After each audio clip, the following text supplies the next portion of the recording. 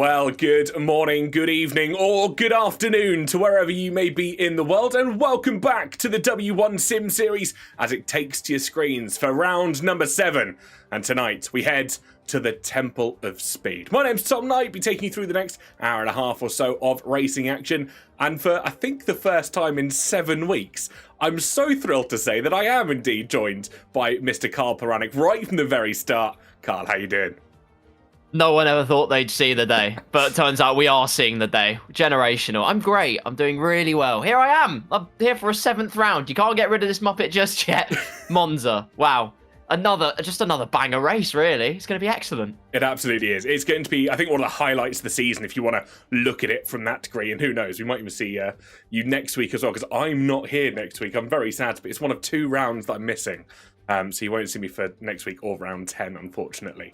But who knows what we're going to see as we head for the final 3 rounds. Just before we head into qualifying, because I know our drivers are eagerly getting themselves prepared and ready. And they jumped the gun on me a little bit, I must admit. We weren't necessarily prepared for them to go this quickly. However, we can go and have a look at our lineups for tonight, Carl. We've got 19 drivers on the grid. Why don't you take us through them? Absolutely. In Alpine, the Endstone outfit, it's Willow Keeble and Annie Crevice. We move to the lean green machine of Aston Martin, who are much more proficient here than in real life. Emma Clay and reserve driver Alexis Mason, off the back of a resounding debut at the Belgian Grand Prix, looking to maybe even up the odds here at the Temple of Speed. Melanie Janda and Carlotta Marchi, of course Carlotta, here for her home race today at the Italian Grand Prix, with Zara Shahsavari and Katie Grafton in the Haas car. The lone McLaren though, it's Lee Woodward. They're riding shotgun by themselves. They absolutely are, and the Mercedes lineup unchanged then from season start. It's Heather and Catherine Omerod alongside themselves in the German outfit. We then move to V-Carb. Catherine Thielking sitting in her resident seat with Vanessa Hostetler stepping in as the reservist there this afternoon. Rebecca Morel, Speed Queen by name, Speed Queen by nature, and Jessica Ball, partner up for Team Red Bull Racing. We then have Kix Abbott, an unchanged lineup from the very start. Melissa Muller alongside Charlotte Perkins. And we then have Sarah Hardy stepping into the Williams, with Regan Boylan stepping in for her 2nd ever race in the W1 Sim Series, looking to try and make some crucial moves here in round number 7. And just a brief look as well at our track map for today, Carl. They don't call it the Temple of Speed for nothing. It is, if not, the quickest circuit on the calendar, probably. Quite right. I think, off the top of my head, it is highest average speed on the entire calendar, Monza. Absolutely ridiculous track. But again, a circuit teamed with many an historic corner name, like the Rettifilio chicane, La Rosia chicane, the Curva Grande Ascari chicane, Parabolica or Alboreto curve, whatever you want to call it. There may not be many curves on this track, but they all hold their own absolute history to it. And that history is yet to be written here in W1, because that will all be done today. Speaking of which, it's qualifying time. How about that? It absolutely is then. Fasten your seatbelts, everybody. Let's get ready for some qualifying. And one of our new reservists, Katie Grafton, being the first to make their way out on towards the circuit, or the run up towards Curva Alboreta, to set what will be the benchmark for all of the 18 remaining drivers on this grid as they come through quite possibly one of the fastest corners on the circuit. Let's see how they kick off this run, shall we? Absolutely. Loads of cheers in the Twitch chat. Great to see you all here. Team Grafo from Formula Yoshi. Let's see what Katie Grafton can put down on the bitumen then. DRS wide open. Full flat foot to the floor, and then you slam on the anchors towards the 100-meter board. It's all about getting the car poised and darting through that first set of curves, because it all sets you up for the Curva Grande. It's all about the momentum. If you gain it, then you're absolutely laughing. If you compromise in any way, the amount of hurt that you get cannot be understated. Towards the 2nd chicane, you can bounce over the sausage curbs just a little bit, abuse the track limits and the curbs as much as possible, and then it's a smooth run through the 2 Lesmos. Lesmo 1, be careful of track limits there, and on this one, Lesmo 2. Set it up nicely though, and then it's full flat DRS towards the Ascari chicane.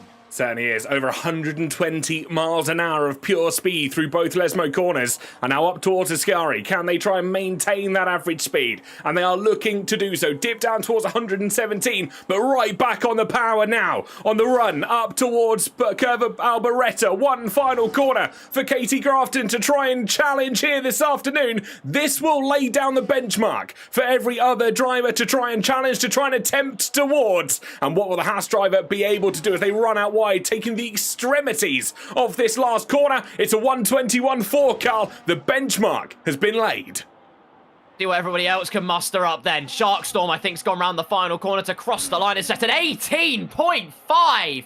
Championship leader Lee Woodward, take a bow. That is a scorcher of a time. Catherine Ormerod's close by, though, an 18.9. It's not a million miles away by any means. There are plenty of plucky drivers waiting in the wings to take away that provisional pole position, one of which might be Annie Crevis, who slots into 5th place for the time being. One Aston Martin across the line. That's going to be Catherine Thielking, though, in the V-Carb.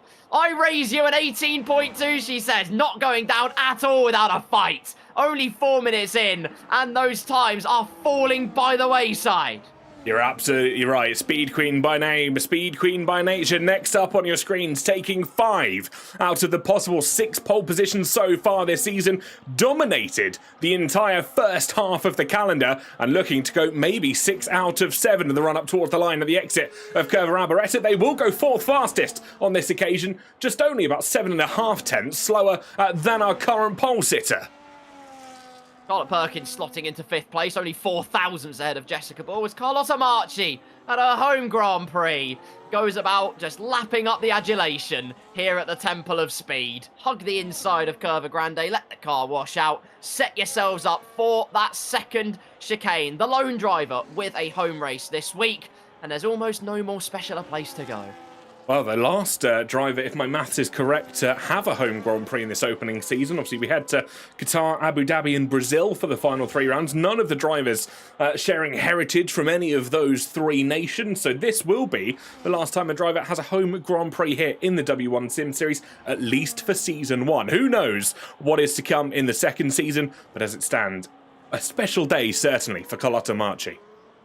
Couldn't agree more with you. And what better way to mark the occasion than adorned in the scarlet red of Ferrari. The Tifosi propelling you along, giving you that extra boost, that extra 1/10 of a second in your pocket as you hug the inside of the Parabolica curve, blast the battery all the way down to the line. It is pure, raw, unfiltered speed and a 21.3 to P12 at the moment for Carlotta Marchi, but those times will come down thick and fast. Alexis Mason's also been at work. Second race in W1. Currently lies on the second row of the grid, just sneaking in to the 1 minute 18s. But that time from Catherine Thielking, that is one hell of a statement, TK. It's absolutely fantastic, isn't it? And I can say it was purple in the first and second sectors. Lee Woodward managed to sneak in a third and final purple sector on their first attempt. So there is still a lot to battle for, but it is just that overall consistency where we're seeing those gains being made. Next across the line, I believe, will be Melissa Muller. Has technically gone purple in the first sector according to the game, a 26.155, about 4 tenths slower than Catherine Thielking did. So the game just throwing us some shenanigans afoot, unfortunately. But into both Lesmo corners they will run, and the run up towards Ascari, oh so critical. Cheeky Codemasters tax there for Melissa Muller, who thinks their name is being put up in lights as they head under the Motorola. What kind of technological wizardry do they have? Hopefully not being held up by the Haas car. Through Ascari chicane, and they were. There's the front wing damage. I thought that was going to happen, and that looks to be Curious Fire. I'm pretty sure it is, on an outlap that has just got in the way of the kick Sauber. That will not have put Melissa Muller's mood any better in the slightest. I tell you what, there's a brief moment there from Mercurius Fire herself, of course, Zara, not anticipating that Melissa was going to go any slower in towards Curva Alberetta, but continues on her run nonetheless, and it will thankfully be a very quick wing change from Melissa Muller. Only 1 lap out of the possible 3 or 4 that you get here will be impeded. I think we did see a move further forward. That's Emma Clay, putting her Aston Martin up to 5th place, would join her teammate in 4th and 5th respectively. Emergency for the championship leader, by the way. Someone call the treble 9, because Emma Clay's also got multiple race wins in W1. Courtesy of the Belgian Grand Prix. Last time out, whittled away at the championship lead. and has just about snuck in by the skin of their teeth. So fair play, credit where credit is due.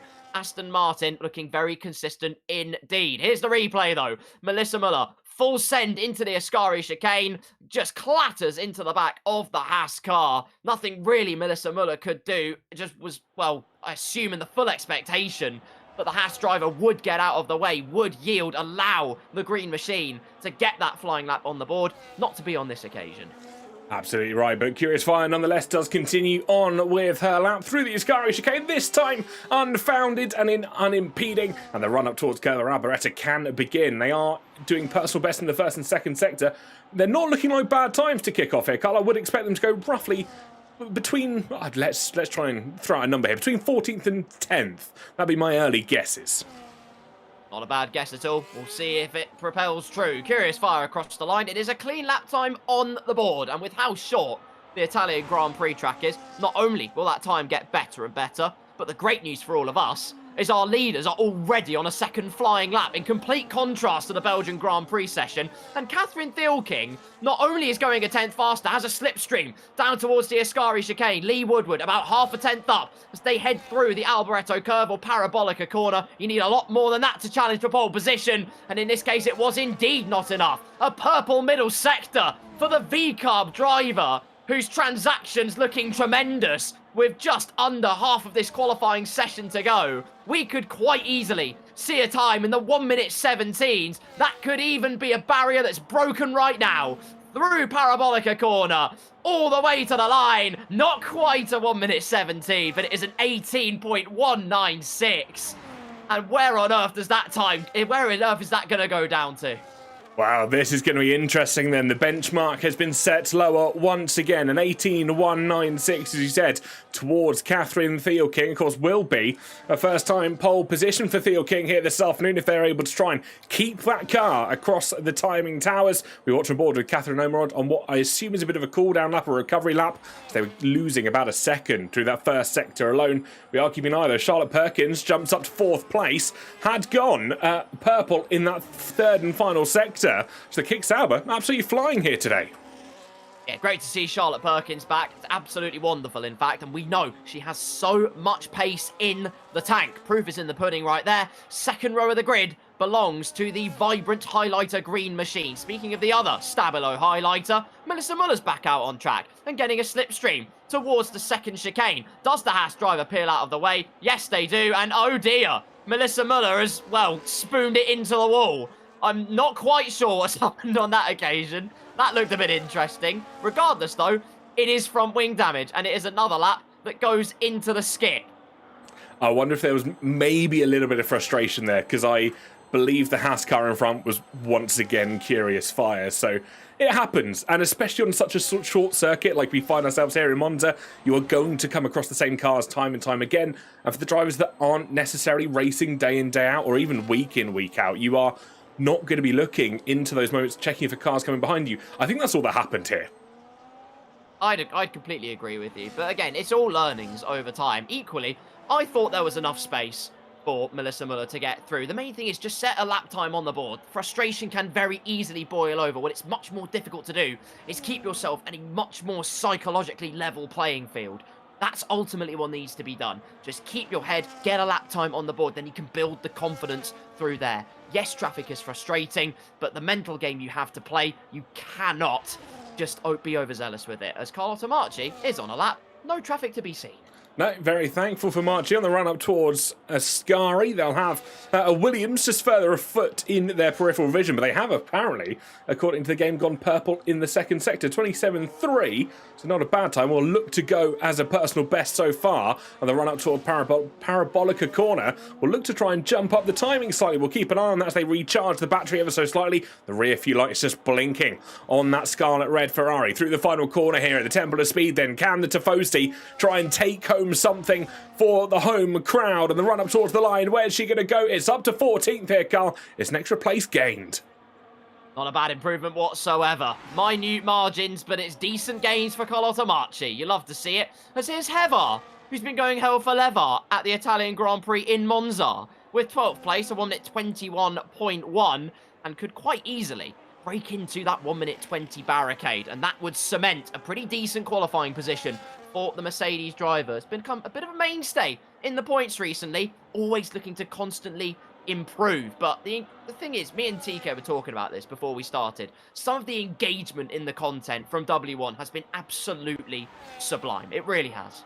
It absolutely has. It's been fantastic from start to finish. We can only thank literally everybody that's involved, probably bar us two, because we're the ones that are on your screens every week. But everyone behind the scenes that gets involved, and I say this every week, they are the backbone of W1. They are the lifeblood of W1. It wouldn't happen without them, so they're absolutely fantastic people, and you know who you are, because last time I shouted people out, I got their names wrong, so I'm not going to try that again. But Heather, as we so like to do here, Carl, as they come through Curva Amberetta, the final corner here at Temple of Speed, they want to be nice and light on their wheels like a feather. I like that. That's good. That's good.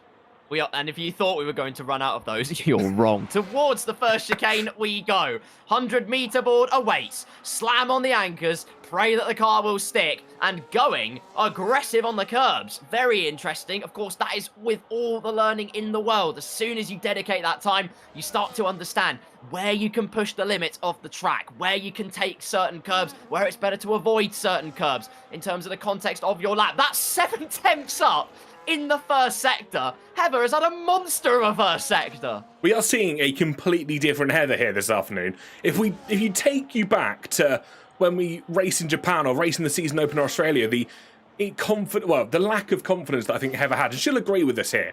You could see in the streams that she was doing riding up towards each event that she wasn't necessarily confident, let alone to take curbs like she just did at the first corner. She's half a second up through that second sector alone here, Carl. The confidence has grown exponentially over the course of 7 rounds. Where on earth has this come from then?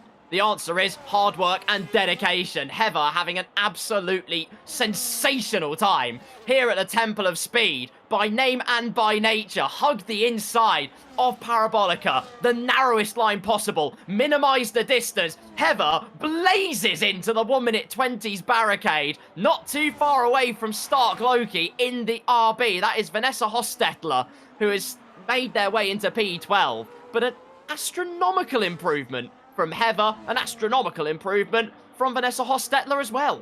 Absolutely right. Across the board, time starting to come faster and faster, and Catherine Thielking deciding that her previous attempt is not fast enough. She is not convinced that pole position is safe, and nor should she be. The amount of times we've seen pole position stolen away with precisely 0 seconds left on the timekeeper's clock, just making sure they can get as much heat as possible in towards those tyres. Now, they'll have to compete with not only Lee Woodward, Rebecca Morell, Emma Clay, anyone that is in the 18s, maybe even low 19s at the moment. I reckon anyone in that top 8 at the moment has an opportunity to steal pole position here. Let's not even count out everybody else, because sometimes we've seen laps come from further afar that we didn't even see coming.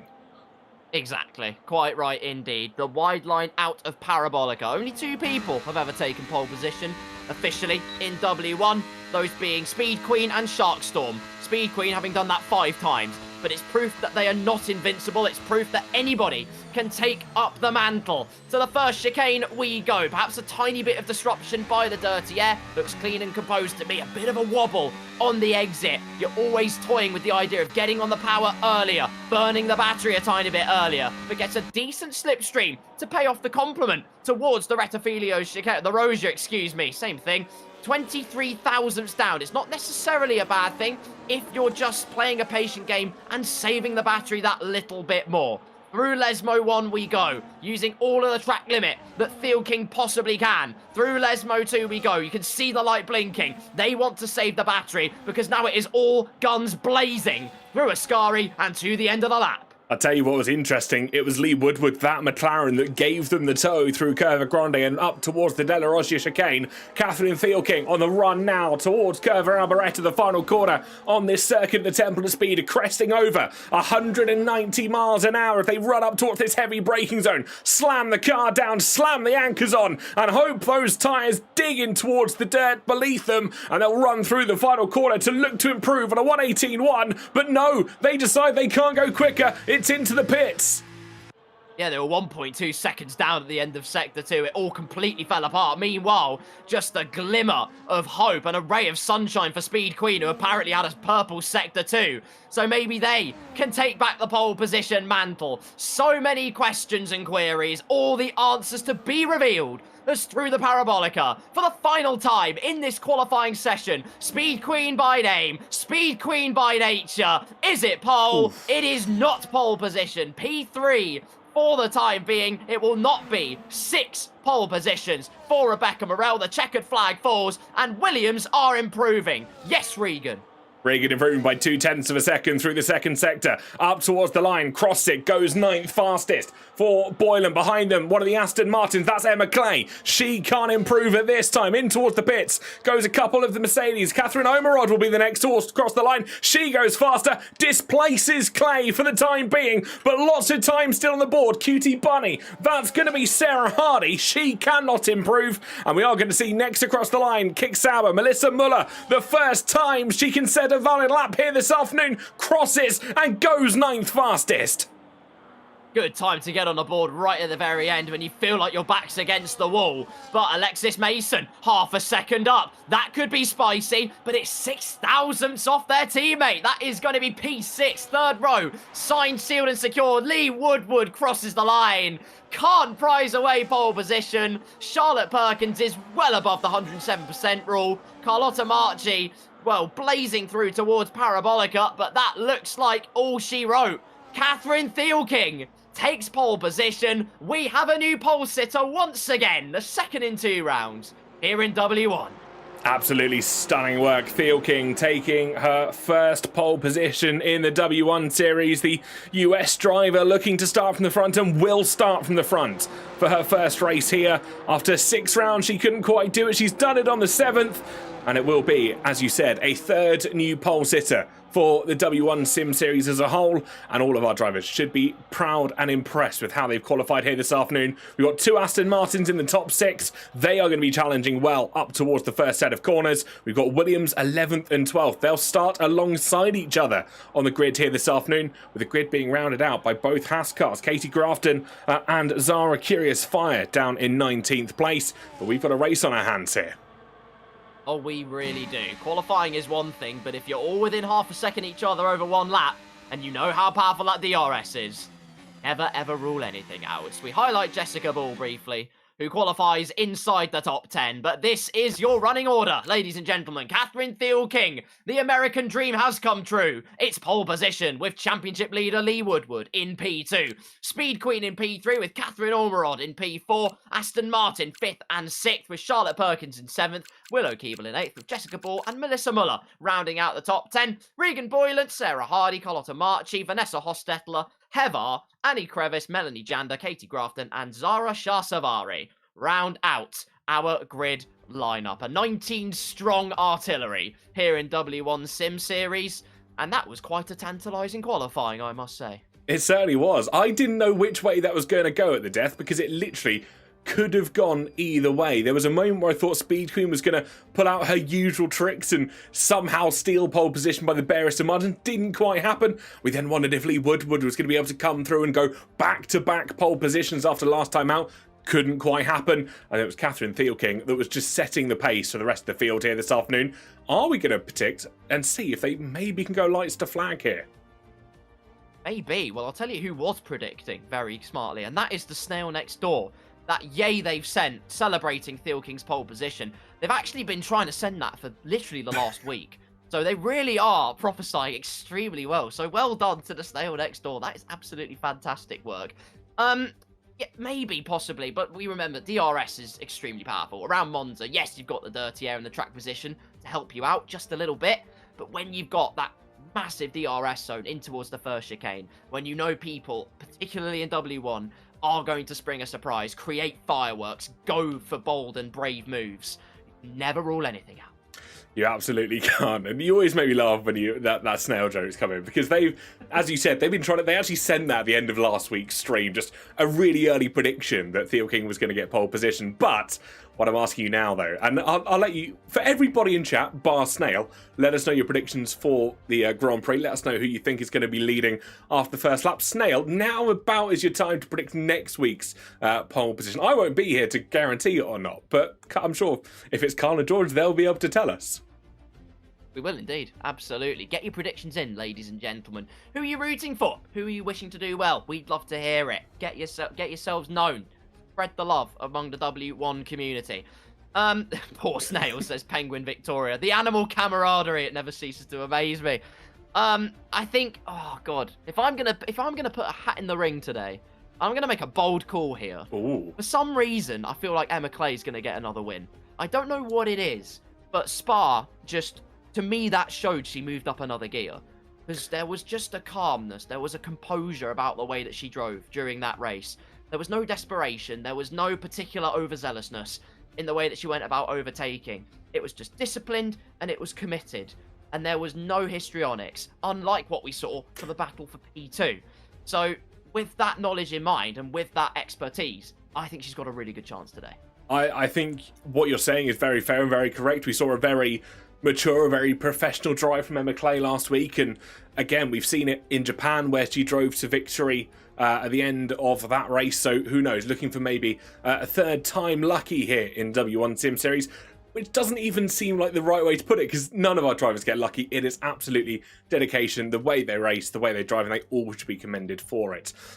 If I'm looking for maybe someone to go for race win today, I think Theo King's got this. I think it's going to be a lights to flag from start to finish for Theo King, because I think we've said this from the very start that she's long overdue a race win. She hasn't necessarily had her hat in the ring as much as she would have liked, so hopefully today will be her day to show that she can perform and win races.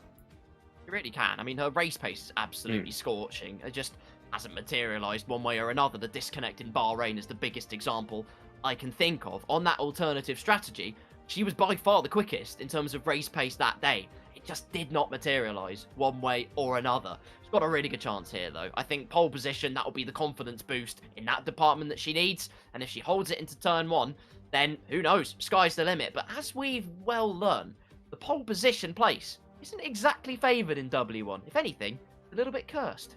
It has appeared to be that way. I think there's well, as you said, a curse put on pole position. But before we get into maybe talking about witchcraft and wizardry, we've got a question in the YouTube chat. Who have been our dark horse, and I'm going to expand this to dark horses of the season? And that's a question to me and you. Horses of the season. That's a really good question, to be honest with you. You know what we can do whilst, Well, whilst we consider this? Should we pull up the standings? And then that gives us some numbers to go by at the same time. It does indeed. Well, championship leader, Lee Woodward. But sound the alarm, championship lead is not that secure. Rebecca Morell just gone quietly about her business. Hasn't won a single race in W1. And yet is only 6 points off the championship lead.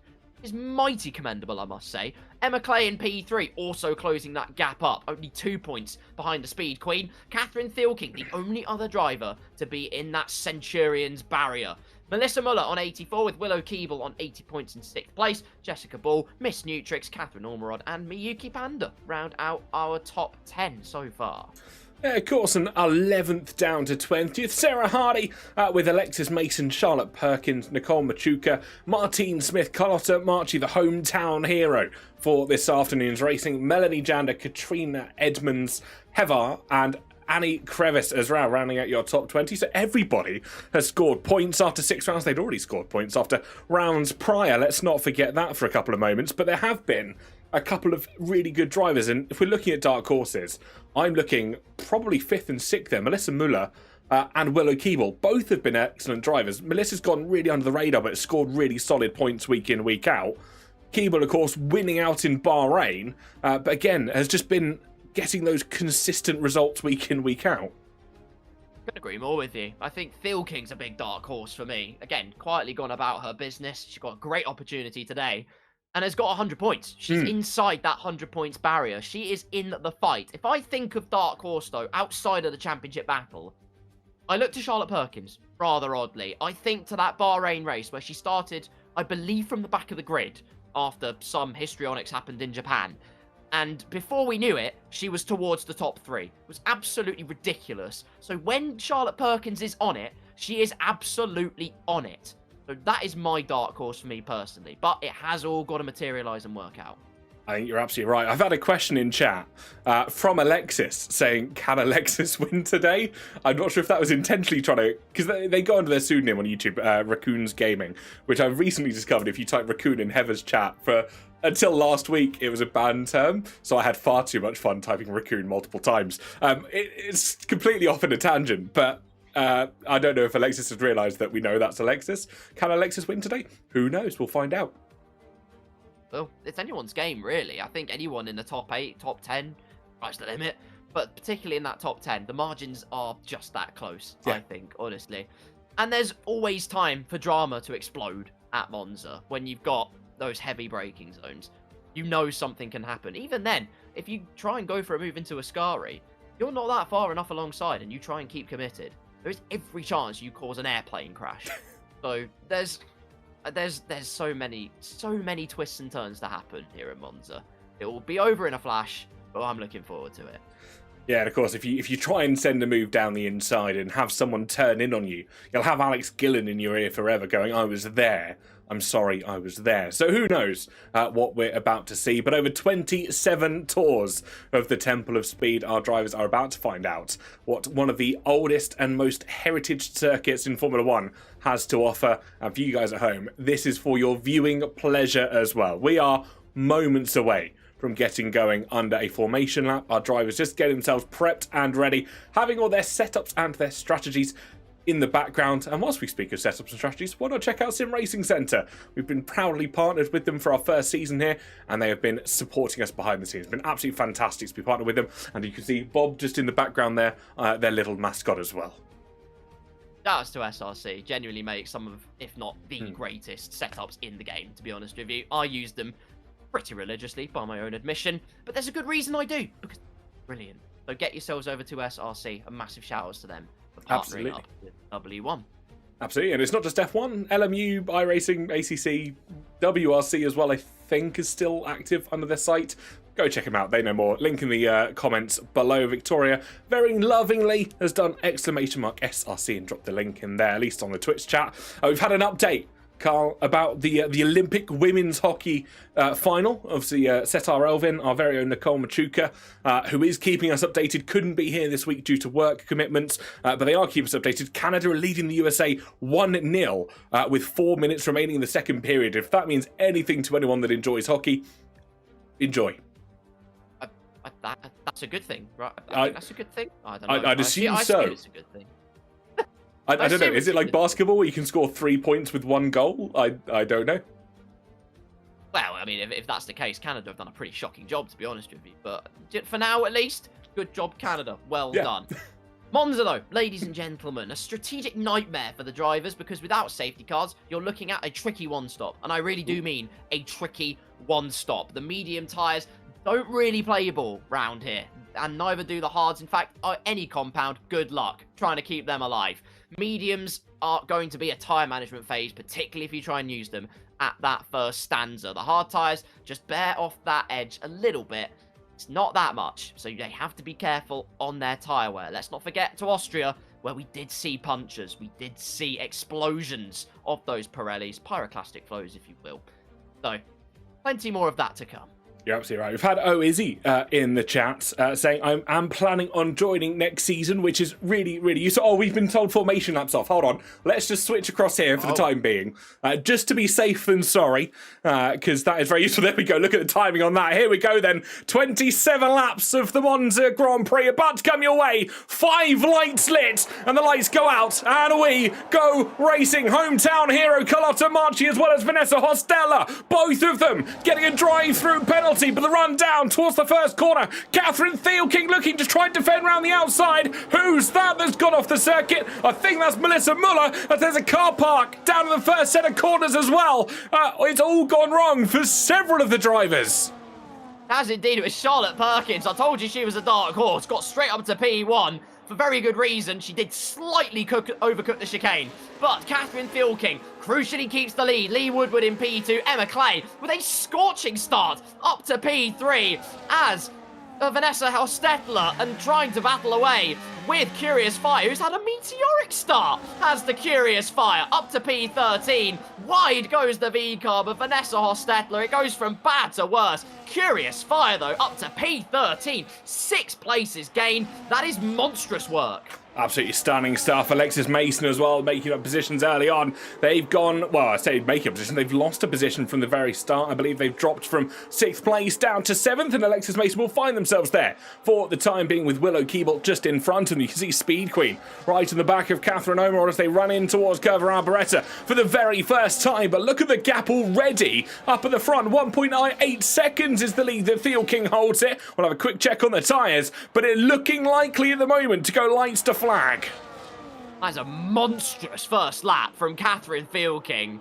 Well, ladies and gentlemen, that is the gauntlet laid by the RB driver, who is at perfect synergy with this Italian Grand Prix track. Lee Woodward will, of course, try and do everything they can to get back into that DRS range, as through goes Speed Queen around the outside at the Curva Grande as Heather, a brief yellow flag, drops down the order, but crucially still in this contest. Charlotte Perkins starts about their recovery job, and it's an academic move up to P10.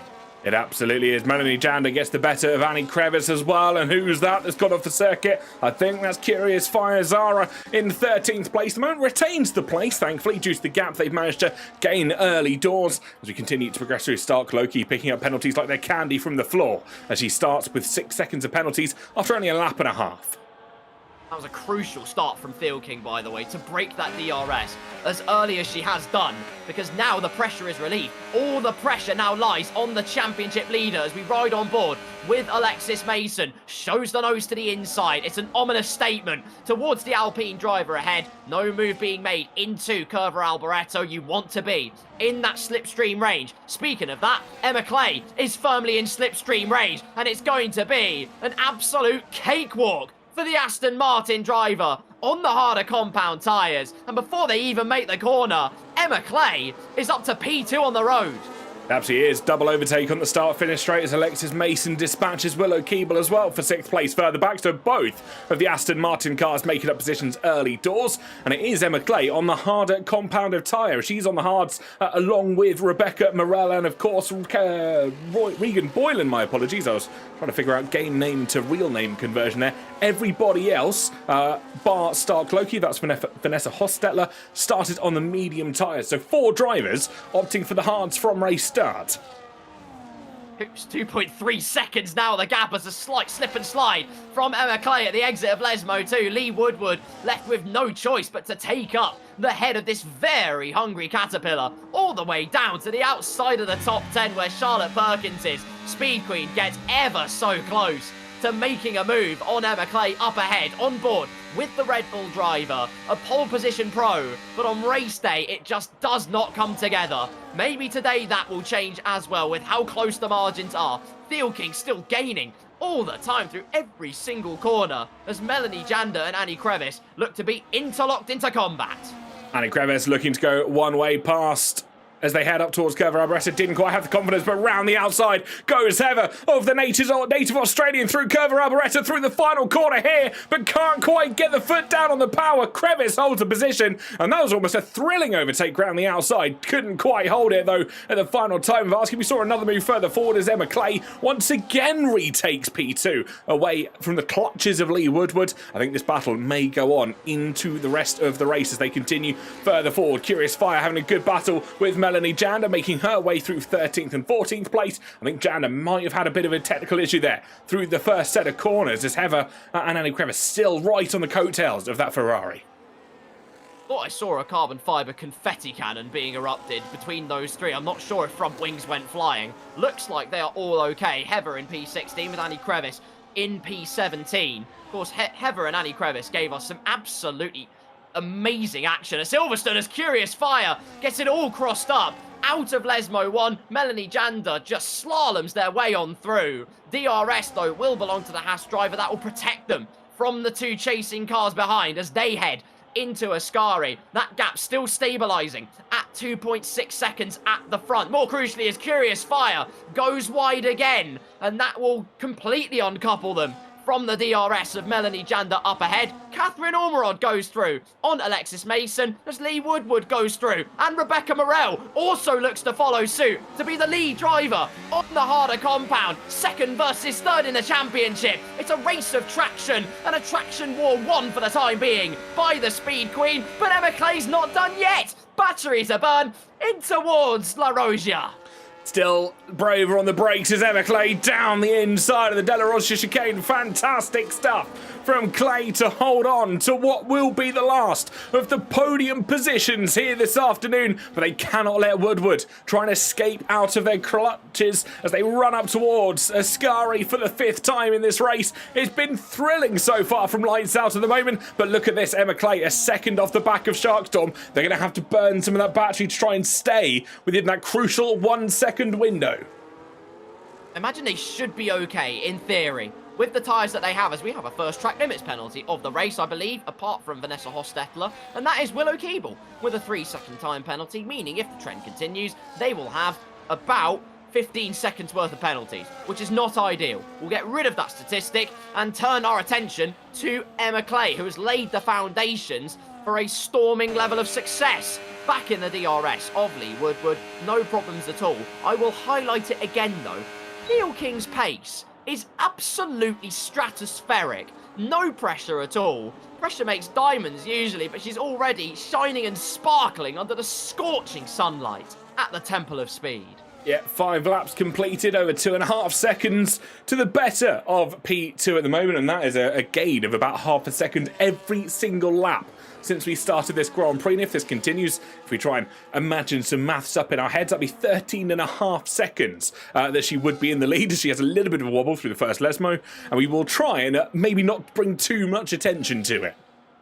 Well, it's proof in the pudding that she's pushing to the absolute limit. She's got the freedom and the ability to do so, and she is relishing the challenge of leading this race. The pole position curse, it is a well-known state of affairs in the W1 Sim series. Tonight, that could all change. A gap of nearly 3 seconds out in front as Emma Clay, trying to chase down Lee Woodward, has to think about defence more than attack. Rebecca Morel has just gotten from strength to strength so far during this first stint of the race. And of course, all 3 championship protagonists at this stage interlocked in battle from 2nd down to 4th place, with Catherine Ormerod and Raccoons Alexis Mason waiting very much in the background, ready to pick the pocket if something were to go awry. You're absolutely right. Lots of opportunities looking to come to their favour here. Melissa Muller getting the better of Willow Keeble down the straights. A little lock up there from Alexis Mason in towards the first section of corners, but manages to keep the car pointing in the correct direction. Willow Keeble not wanting to let Melissa Muller go, though, over the battle for 7th place. Just joining them for company is Charlotte Perkins and Jess Ball, who's had a bit of a quiet race here this afternoon, but she has managed to pretty much hold on to where she first started, only losing 1 position from lights out. The rest of the battle's looking to have spread out a little bit more further back. Annie Crevice close to the back of Curious Fire as they head in towards the first section of corners. But the best battle that looks to be going on here at the moment is the one that dictates all the way from 2nd down to 6th place. Neil King's made a mistake somewhere, TK. There was a gap of 3 seconds. That's just been sliced in half at the first chicane. I'm not entirely sure what happened, if it was to be crossed up on a curb or whether the brake bias was too far towards the back, but she's lost half the advantage that she had, and Lee Woodward could smell blood in the water. However, first thought towards Emma Clay, who is very, very much in range, and those hard tyres have just been getting stronger and stronger. Charlotte Perkins has made a move before Parabolica, meanwhile, not choosing to wait around. Fantastic stuff. DRS wide open between 3rd place and 1st place in the championship. Now the strength falls in the corner of the green machine. P2 on the road. And now with that stronger compound, mistakes barring, they should, in theory, be able to cruise up to Theo King.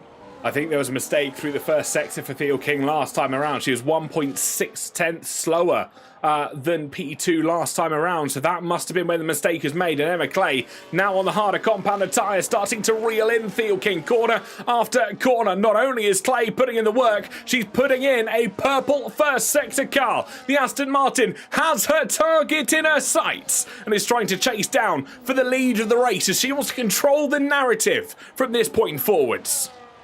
It's only a matter of time, I thought, when the harder compound tyres would come to life and usurp the mediums. And it looks like lap number 8 is that time in question. Of course, the medium tyre runners need to really start thinking about taking those tyres towards lap number 11 or 12, ideally lap number 12, in this race. Emma Clay has no such problems to worry about at the moment. She has the freedom of just being able to lash the hard compound tyres into the tarmac and use that DRS, to which Lee Woodward is also going to use to pulley them along towards the leader, Catherine Thielking. This is all going the way of second and third place. Rebecca Morel is out of DRS meanwhile, and now has 2 very hungry sharks who sniff blood in the water behind. Omerod and Mason in 5th and 6th respectively will be on the back of Rebecca Morel, of course. 5-time pole sitter here in the W1 Sim Series, but hasn't managed to claim one in the last 2 races, as this just shows the level that everybody has started to rise to in the second half of the season. The competition has become more fierce as we head in towards the final few rounds of the season, and Emma Clay still right on the back of Catherine Thielking. That pink V-Carb car still leading the race, still leading the procession, as Curious Fire picks up a 3-second penalty for multiple track limit violations further back. But this battle now rejoined by Rebecca Morel and the drivers behind, Catherine Omerod and Alexis Mason, as we run down towards the Scari chicane. Can Emma Clay now put those harder tyres to work, bite into the bitumen, as you would say, and the run up towards Curva Alboreto? I think this is where we're going to see the move made. They are in the slipstream. They have got the almighty toe down towards that final corner, and the DRS down towards turn 1 will surely assist them more. Could not agree more with you. Look how much of a narrow line they're able to take as well. That's the surplus of grip they have. That's the surplus of confidence in their corner. The DRS wide open. Maximum slipstream. Pulling to the inside. And we have a new race leader as we reach double figures. Emma Clay, expect them. They're in the lead from 5th on the grid at lap number 10. That is absolutely stunning stuff from Clay. 4, make it 5 positions gained so far, and retakes the race lead. Of course, winning out in Japan many rounds ago now. Looks to try and go for a third win of the season after Belgium as well. So this could be 3rd time lucky for Emma Clay if she continues on this route. Oh, how the championship momentum could shift here in round number 7, ladies and gentlemen. Catherine Ormerod's been into the box, by the way, on lap number 10. Has got rid of the medium compound tyres, I assume, onto hards. And we look for confirmation. Yes, indeed, it is the hard compound tyres for the Mercedes Maestro, as they look to get a decent undercut on the likes of Raccoons, Alexis Mason, Speed Queen, and a bunch of others besides. As meanwhile, cutting through the Rosier chicane, that is Hevar and Katie Grafton. They're interlocked in combat as well. They had a nice battle at the Belgian Grand Prix, and now they're running it back here at the Italian Grand Prix. Hevar paying no attention to the barriers as they make their way across the speed bumps and the meat humps there, as 2 drivers in towards the pit in front. I was really trying hard to make something rhyme with chicane, but unfortunately it doesn't really work that way. Sharkstorm into the pits amid a few other drivers. Alexis Mason, Melissa Muller, Jessica Ball, as well as Catherine Thielking, pole sitter here this afternoon for the first time in her W1 Sim Series career. Cutie Bunny, that's Sarah Hardy, making her way into the pits as well. So lots of drivers pitting at the end of lap 10 here. Indeed. Well, Hevar, one could say, clobbered over the corner, but Lee Woodward, excuse me, goes down the inside and keeps P7 on the road as Rustic Bone, the Regan Boylan, with front wing damage. And that makes me very upset as a non-biased Williams individual. That is orange, nearly orange damage on the front wing. Their front right tyre is only 18% though, so you know what? Small mercies. That does release the hard compound runners though to run their race now towards that medium stint. Emma Clay and Speed Queen have to get to work, just have to keep consistent. The job for Thielking and co, though, as Alexis Mason pile drives down the inside, and that will send Rustic Bone slightly wide, but regardless, it is P8, and Alexis Mason does not want to let Lee Woodward out of their crosshairs. Catherine Ormerod has got a sizable gap now compared to Alexis Mason. Just 1 lap was all it took, but that means more pain at the end of the race. You're absolutely right. Of course, the undercut looking strong here at the Temple of Speed, and as they continue through, we're not even at half race distance yet, and we see Charlotte Perkins in toward the pits, flying under that Irish flag here for this season. Perkins looking to get off of the medium tyres. We'll see what they put on, and that does look like hard tyres. Oh no, that's the wrong pit crew. It is hard tyres, though, that the Kick Sauber pit crew are putting on that car, so, you know, I was technically right. Charlotte Perkins almost dishing out an Isaac Hajar special there, ladies and gentlemen. But the Alpine of Willow Keeble also into pit row, as is Regan Boylan to assume, I presume, get rid of that front wing damage, get some fresh tyres on, and then up the Williams. 1.8 seconds to gap out in front. Speed Queen by name and by nature, finding a little bit of, in fact, finding loads of momentum. Scratch that. 4 tenths gained. Just then, you then have a meteoric gap to Catherine Thielking, but we will see how that gap ebbs and flows over these next few laps. Expect Emma Clay and Speed Queen to box about lap number 15, maybe lap 16 if they really want to ascertain that they can get to the end of that race, as Catherine Ormerod is just about hanging on to the coattails of Lee Woodward up ahead.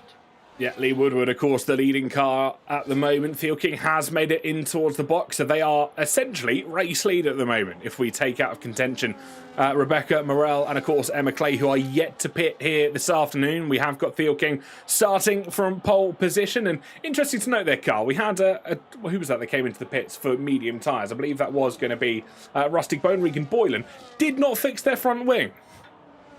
Very interesting. Unless they put, well, if they put the front wing angle up by 10 to mitigate the damage.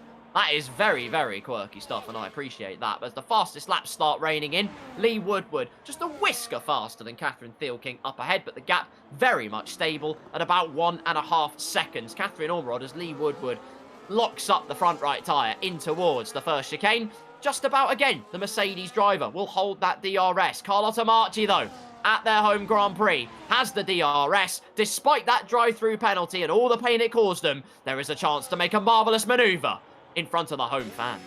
Absolutely right. You must be hearing the cheers from inside that helmet. Through Ascari they go, and the run up towards Curva Abaretta. They'll have Annie Crevice in the sights, the native Australian. The run up towards the final corner on this circuit. I think trying to do this for the home crowd hero, surely. Carlotta Marchi through the final corner. So much more confidence than that Alpine in front. They gained a handful of time, as did Crevice on Curious Fire in front on the run down towards the first corner. I think this battle may continue on throughout the course of the race, because all of these drivers have pitted. An interesting to note, Curious Fire here has opted for double medium strategies. They lock up those medium tyres in towards that first corner. They are up 3 places from where they started. Let's not forget, they did start down in 19th. So far, a good race from Zara. Not too shabby at all, in fact. Again, race start was simply scorching, so fair play to you, Zara.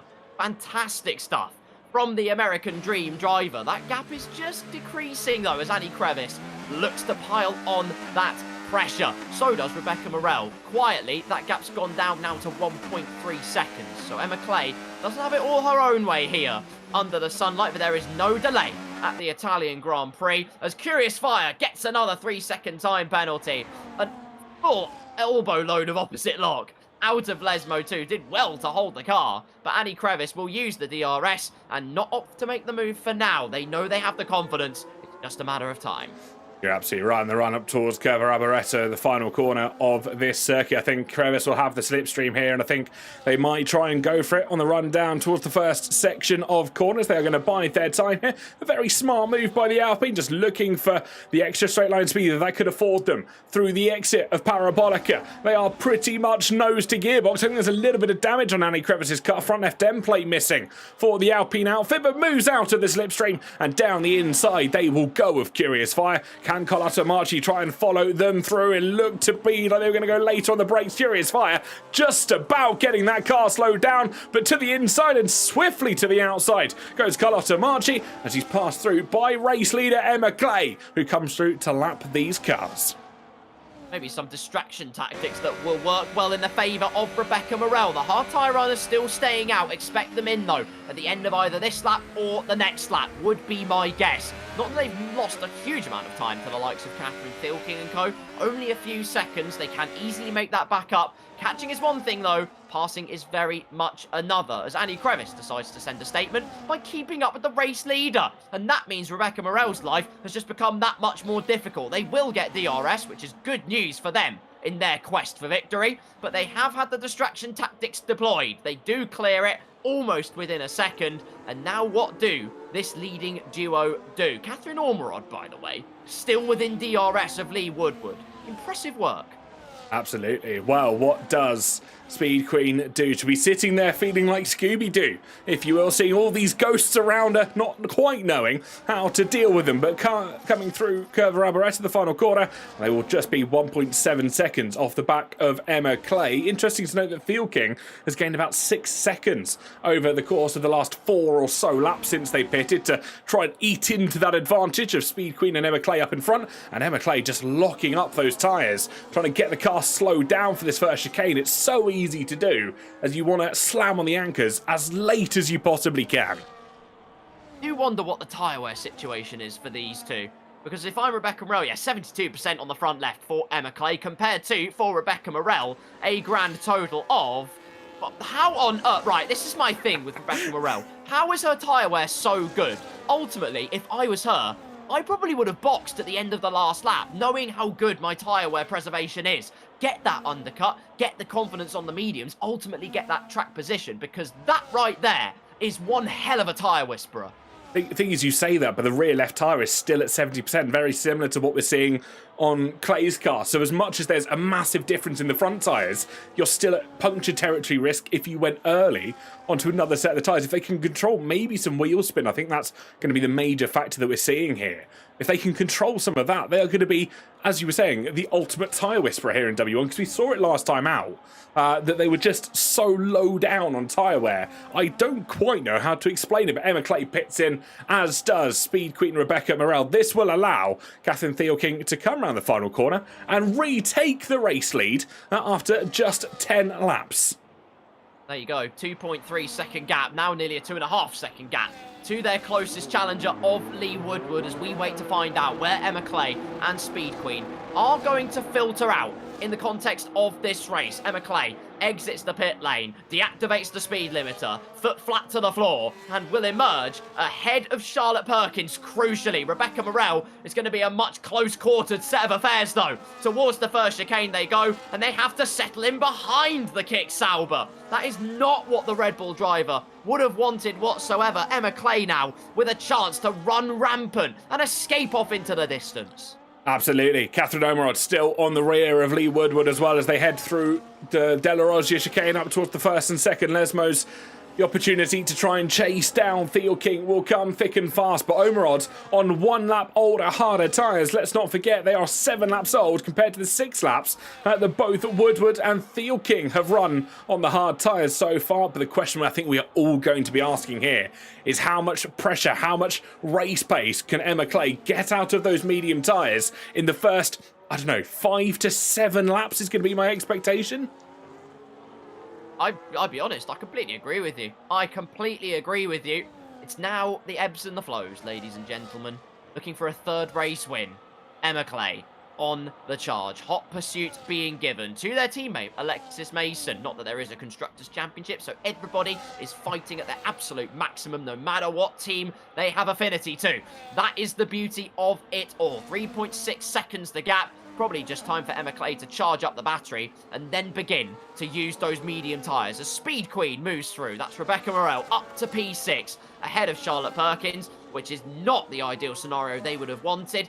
That's also kind of the double-edged sword as we look to Vanessa Hostetler, who is, well, phasing through reality, quite frankly. It is a bold tactic, and you know what? It has paid off. They are ahead of Annie Crevice, so decent work there.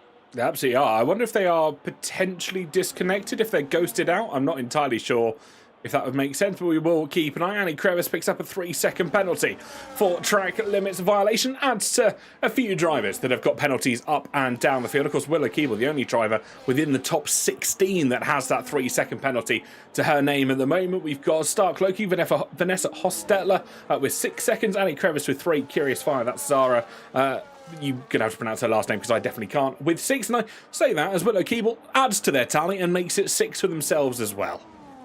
There you go, ladies and gentlemen. Catherine Ormerod peeling out of the slipstream. For those of you wondering why on earth she might be doing that in the F125 space, the engine can very easily overheat. Above, I think it's 130 degrees. In-game, that engine loses a lot of its potential. So Catherine Ormerod will burn the battery a tiny bit, just keeping it in neutral, and then we'll save that battery in towards the chicane. Speed Queen with the fastest lap of this race, 1 minute 20.9. It's not a million miles quicker than what the hard tyre runners were doing, but of course, these are completely fresh boots for both Clay and Morel in 5th and 6th place. But now they've got to just put the foot to the floor. They cannot afford to sit behind. The best of those mediums will very much evaporate very quickly. Absolutely. Where is Miss Nutrix, says someone in the chat. That is going to be... I can't read that. Text is too small on my monitor. Miss Nutrix could not make it this week, unfortunately, so she has been replaced by Raccoons. That is going to be Alexis Mason, who steps in for her this weekend, or this week's endeavours. They are currently sat in 4th place, and if this was a team championship, they'd be scoring some good points. There we go. Torn, of course, one of Miss Nutrix's mods, stepping in. She's on holiday. I'm hoping she's had an absolutely fantastic time, and if she's watching the stream, hello, Miss Nutrix.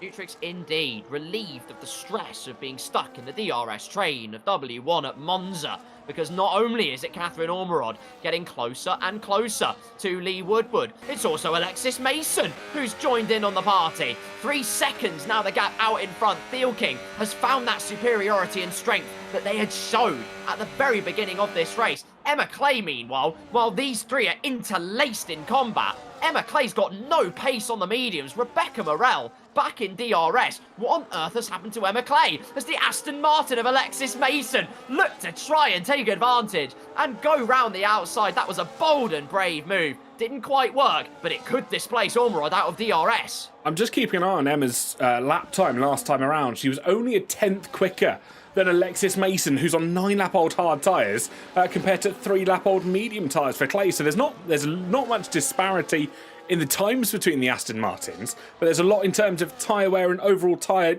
life that we would expect from both those. I wonder how much it's got to do with having Rebecca Morel, of course, Speed Queen by name, Speed Queen by nature, just barreling down on you in 6th place and looking to try and get that move up towards 5th, which would be a good move for Rebecca. Couldn't agree more. That could be the partial reason, but even when there wasn't the pressure from behind, Emma Clay had no real interest of deploying the most, and look, she's been really safe with track limits as well. I do wonder if she's used up 2 of the tokens and can't really afford to push the limits of the track. Take it very gingerly through Ascari, and that's Rebecca Morel with a real opportunity. 3 tenths behind. It's the ideal range to get in with the DRS. As wide at Parabolica goes Emma Clay. This is going to be academic for the Speed Queen.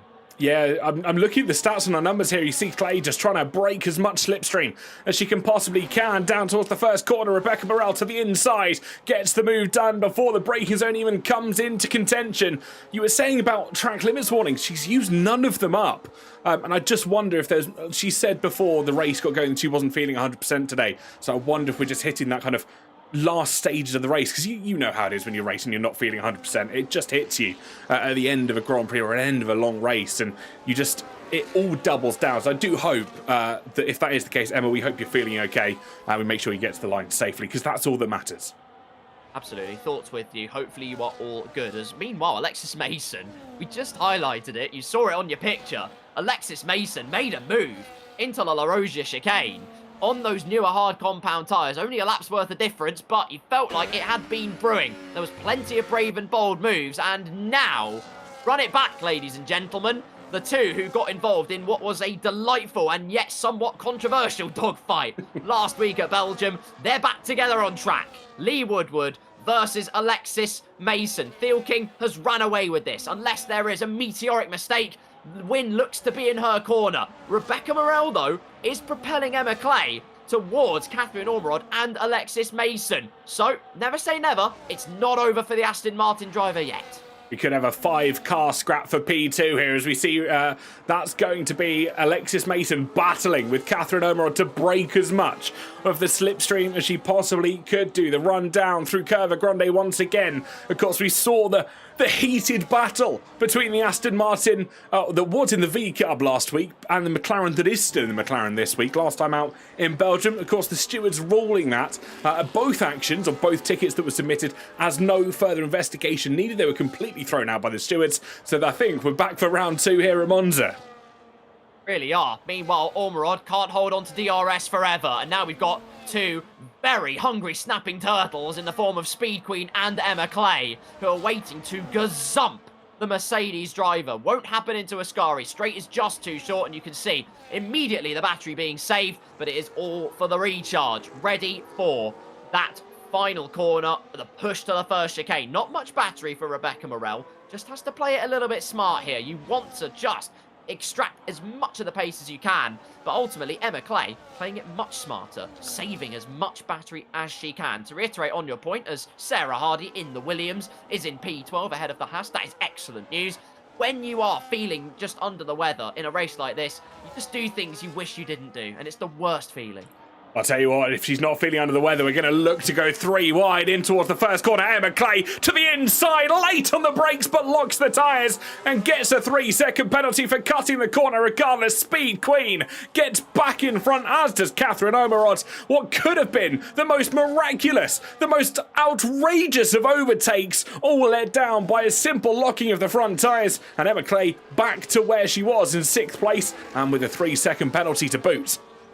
Well, in a rather brutal way, that's exactly what I was talking about. When you're not feeling 110%, when you're not feeling completely on the ball, in a race as long as this, it's a 50% distance, remember, to try and concentrate that much for 27 tours of the fastest circuit in Formula 1. It is a tough ordeal at the best of times, especially when you're under the weather. So, Emma Clay, I honestly really hope you're all right. That's the most important thing at the end of the day. The battle, though, between Katie Grafton and Sarah Hardy, still ongoing. Both well within DRS. Rustic Bone, Regan Boylan looking for a move as Vanessa Hostetler. A brief yellow flag excursion at La Rosia. Meanwhile, though, she still activated her tractor beam. That requires talent. Can I just say as well, while Speed Queen is propelling along Catherine Ormerod and co., Heather has gone extremely under the radar, as it were.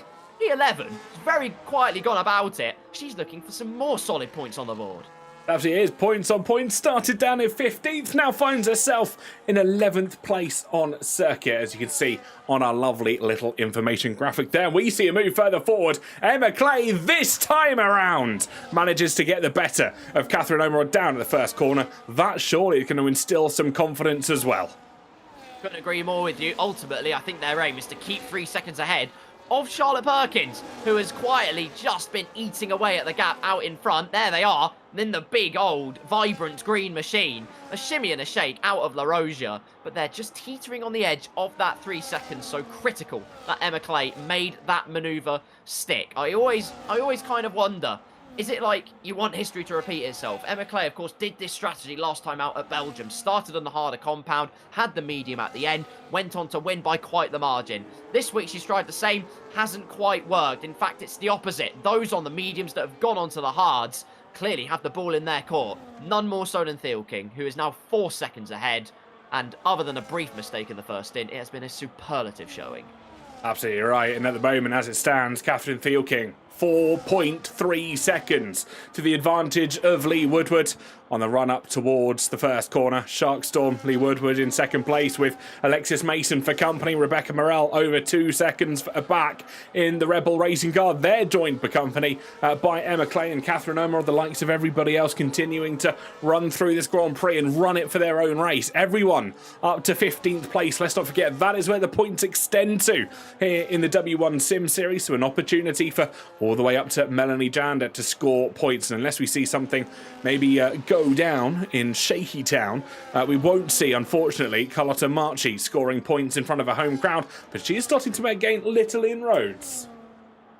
It is indeed, little by little, bit by bit, and while it might not be points on the board, it is still confidence that you can take with you. Every little piece of learning goes such a long way. Meanwhile, interlaced in combat, we have another yellow flag. Meanwhile, I believe at the first chicane for a brief moment, and that is Annie Crevice, but she is still well on her way. No damage, just emotional. Back to the front, though. Alexis Mason is breathing down the neck of Lee Woodward, and this is the closest they've been yet, TK.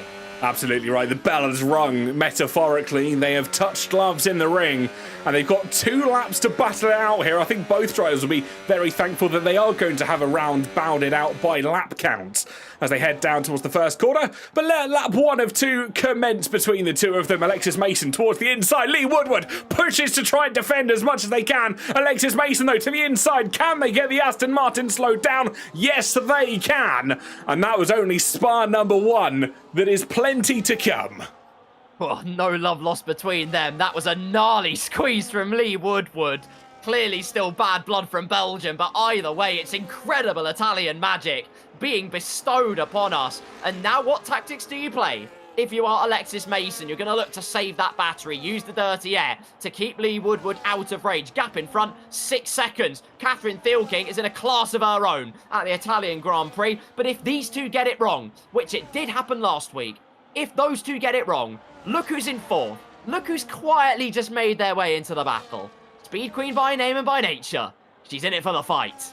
I think she knows what is about to happen if she's studied the tapes as Sharkstorm gets a 3-second penalty for multiple track limit violations. Bear in mind, though, Alexis Mason also on 2 warnings. Rebecca Morel, 0 warnings used so far. So they can maybe, if they want to be tactical about it, use some of those to gain an advantage. I tell you who else is also on 2 warnings at the moment. Our race leader, Catherine Thielking. As we enter on to the final lap here in Monza, lap 27. 1 more tour to go. 1 more opportunity for these drivers to battle it out for podiums and for positions. Let battle commence for one final time. Lee Woodward closing and closing and closing all the time. It's a tantalising prospect that will not be fulfilled. Alexis Mason had switched off the battery long ago. Look how much battery Lee Woodward has to deploy, though. The whole tank towards La Rosia is a move potentially on the cards. Looking to the outside, the carrot is dangled, but Alexis Mason chops across, and that will be no more of that. Only a few more opportunities to make manoeuvres stick. But for Catherine Thielking, my goodness me, 6.5 seconds out in front. And like I say, barring a brief blip during that first stint, she has been imperious here at the Temple of Speed. It's Italian magic, dosed by the fury from Faenza. Don't count her out of the championship scene. The American dream is on. American dream indeed. Twice before she has stood on the bottom step of the podium. Twice before she stepped on the middle step of the podium. And for the first time in her W1 career, she'll come round that final corner and claim victory in Monza. An absolutely outstanding drive from Catherine Thielking. She goes for the first time in the series. Lights to flag. Unbelievable stuff from Catherine Thielking. Did Emma Clay do enough? The answer is yes, she did more than enough to cement a top 6 finish ahead of Charlotte Perkins. Speed Queen claims the final place on the podium. That is ground lost in the championship for Lee Woodward. It's not much, but it's a critical difference that we could be talking about come the end of the season. Melissa Muller ends up in P8 ahead of Willow Keeble. Jessica Ball is going to round out the top 10. It is then a little bit of a wait, but nonetheless, another piece of magic from Heather. More points to be on the board. It's becoming a regularity at this point. It absolutely is. Through Ascari, though, they go. And they'll just have one more corner to navigate as Heather comes through Curva Alberetta. They are going to finish in 11th place here this afternoon. Cutie Bunny Sarah Hardy will finish in 12th for the Williams outfit, with Katie Grafton finishing 13th. We've got Rusty Bone, that's Regan Boylan in 14th. Melanie Janda rounding out the points here this afternoon with Carlotta Marchi, Annie Crevice, Vanessa Hostetler, and of course Curious Fire, and that's Zara finishing down in 19th place. But your winner here this afternoon for the very first time, Catherine Thielking. Well, variety is the spice of life, they say. And guess what? How about that for a bit of championship spice? Seasoned with glorious purpose, a low-key drive, but nonetheless, one that has propelled her very much into the championship talk. Catherine Thielking, the winner here at Monza. And out of all the dramas that we saw up and down the field, where people were trying to knock 10 bells out of each other at times, there was just coolness and composure all the way through from the American driver. There absolutely was. And on top of that, the other accolades that are handed out amongst the grid, Speed Queen Rebecca Morel, well, she might not have won the race, but she does get the fastest lap, keeping in contention. Drive for the day goes to Alexis Mason, who secures 2 P2 results in a row and 2 P2 results over her entire appearance in the series after doing 2 races. Vanessa Hotstetler finishes with the most overtakes, and the cleanest driver, Jessica Ball, who also was feeling a little bit under the weather here this afternoon. But you complete order then, Catherine Thielking with Alexis Mason and Rebecca Morel in the top 3. Lee Woodward, Catherine Omerod, Emma Clay, Charlotte Perkins, Melissa Muller, Willow Keeble and Jess Ball as your top 10. It's more points for Heather. It's more points for Heather than ever in 11th place, with Cutie Bunny in 12th. Katie Grafton 13th. Regan Boylan in 14th. We've got Manny Janda 15th. Rounding out your point scorers with Carlotta Marchi just not scraping into the points in front of the home crowd, with Annie Crevice, Vanessa Hostetler and Curious Fire as your top 19 here, Carl. Oh, what a race. What a race again. 7 rounds, not a single disappointment.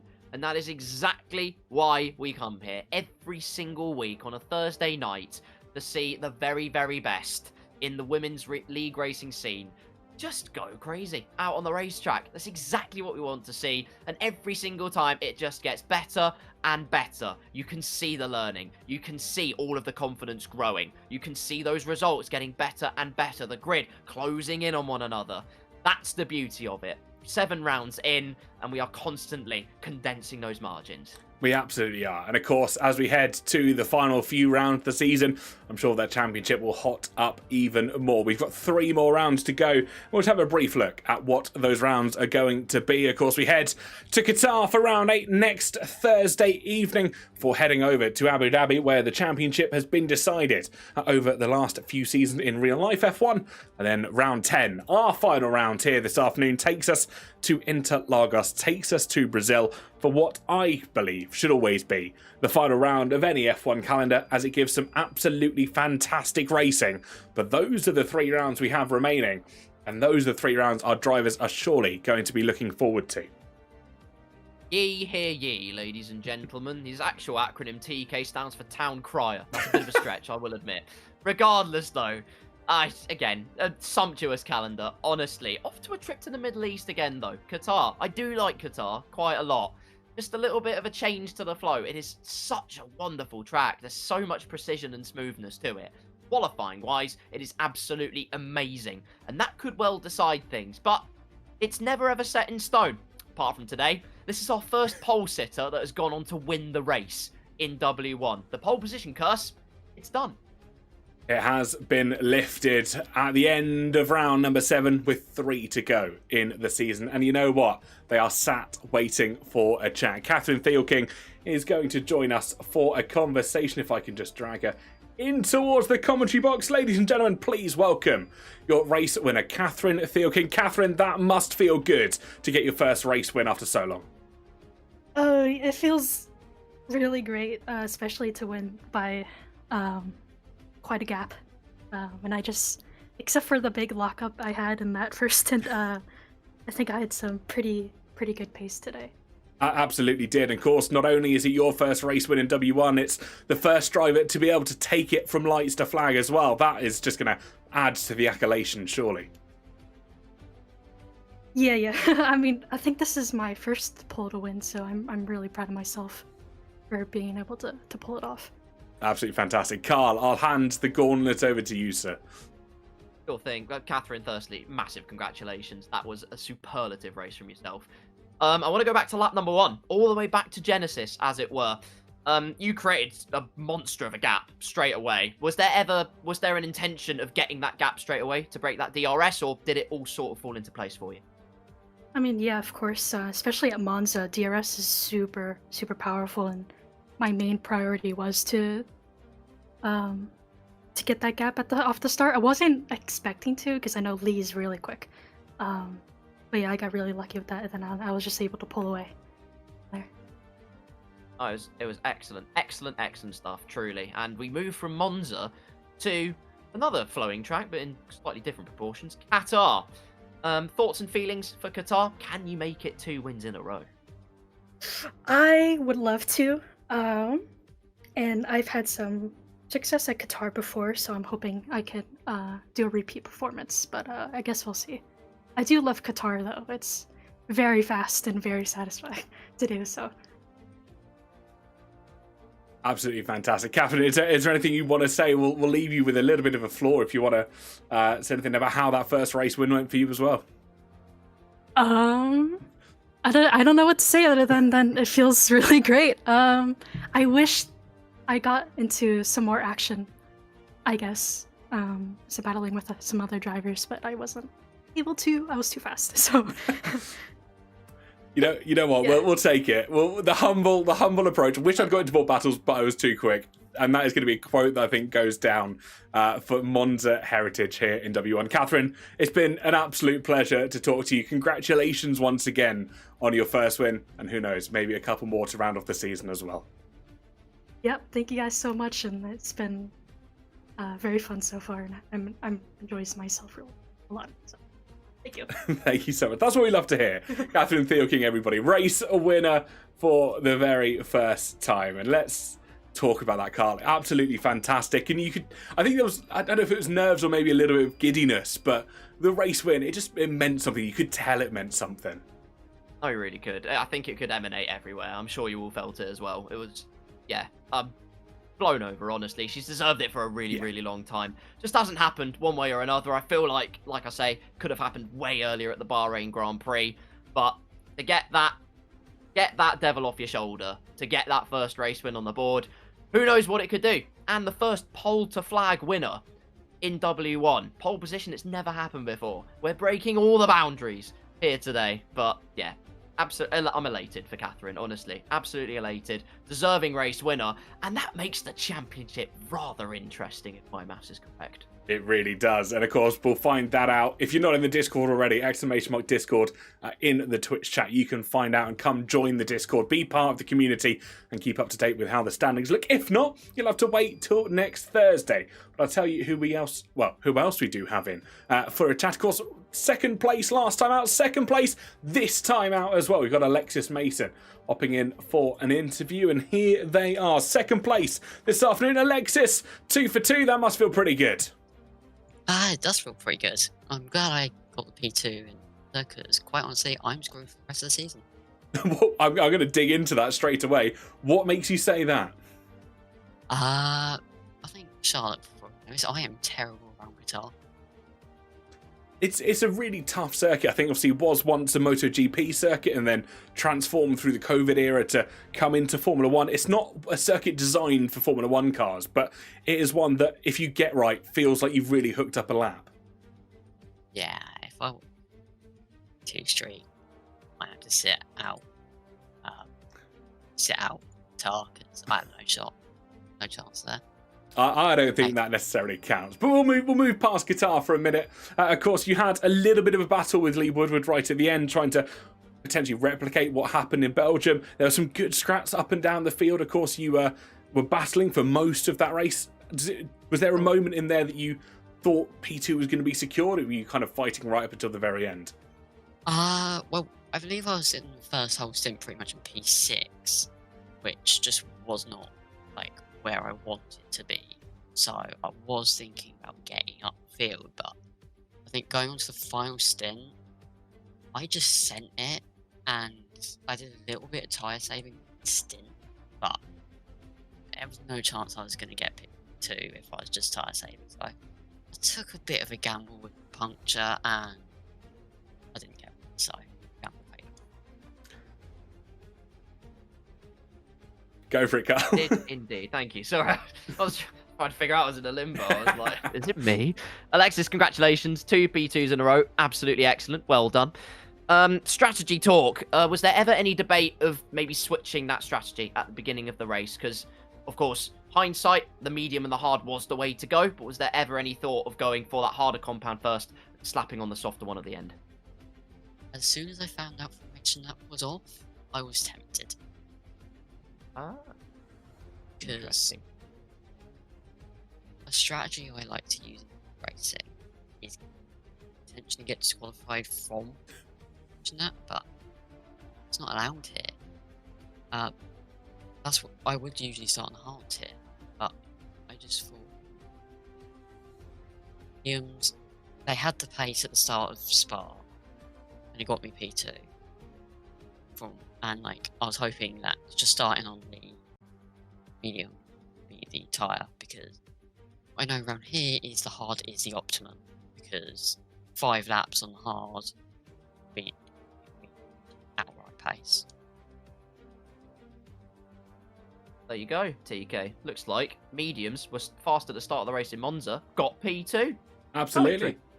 Absolutely fantastic. Alexis, it's been a pleasure to chat to you once again, and congratulations on your second P2 in a row. 100% P2 record you've got so far in the league, so who knows? Should we see Season 2 come around? I think that's going to be the consistency that can win championships. Just one more thing. Yeah, of course. Me and Willow did compete in the 4 hours of Bahrain, and we got P6. Hey. Bravo. Cracking. Enjoyed that, Willow, if you were watching.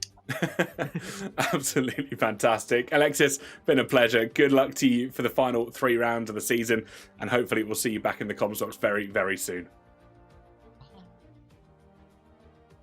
Lovely. Thank you ever so much. Well, Carl, what a race we have just seen. I don't think we are going to get P3 in.